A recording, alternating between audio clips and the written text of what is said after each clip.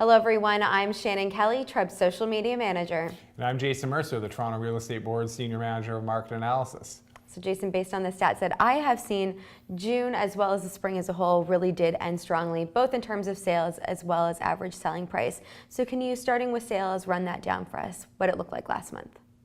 Sure, Shannon. So we saw 10,180 total sales through the Toronto MLS system in June. And this was up by about 15% in comparison to what we saw in June 2013. Now, it's important to note that we're seeing strong price growth across home types, so from single detached through to condominium apartments. And we are also seeing strong sales growth when you look at it from a geographic perspective, so whether we're talking about the City of Toronto or the surrounding regions. And so what this tells me is that we have a diversity of home buyers active in the marketplace today, whether we're talking about first-time buyers or households looking to purchase a multi-million-dollar luxury home. But even with strong growth in sales, my sense is from the numbers that we're still experiencing tight market conditions as well as strong competition between buyers.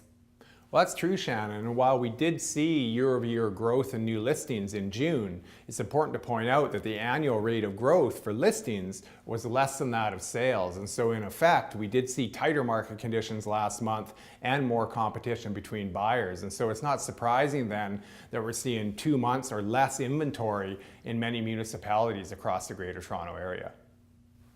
I think that's a nice segue into price. So not only were sales up last month, but also price too, correct? That's right. We saw the average selling price come in at almost $569,000 last month, and this represented an increase of over 7%.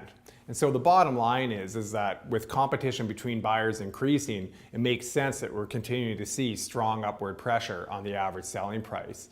It's also important to point out that the MLS HPI, which basically estimates the price of a benchmark home with the same attributes from 1 month or 1 year to the next, that composite benchmark was up by about the same amount as the average price last month. And so what this tells us is that most of that price increase that we're seeing is based on market fundamentals, and so that changing relationship between supply and demand. And in this case, we've been seeing market conditions get tighter. When we talk about the housing market in the GTA, inevitably the conversation turns to our skyline and the condominium apartments that fill it. So how did that market segment fare this month? Right, so when we think about condominium apartments, we do think about the large number of projects under construction right now, and certainly also the large number of completions that we've seen, say, over the past couple of years. And so obviously the fear there is that we'll see a lot of listings coming online, and that glut of supply will cause prices to drop off. But in fact, we've seen the opposite. Even though we've seen a lot of inventory come into the marketplace, certainly the condominium apartment segment is better supplied than what we're seeing, say, for single, semis and townhomes.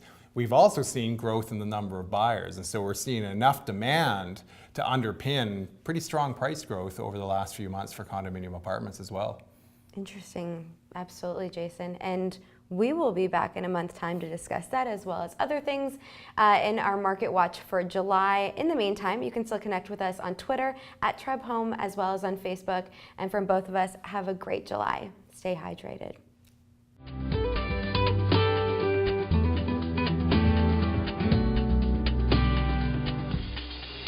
Brought to you by GTA Realtors.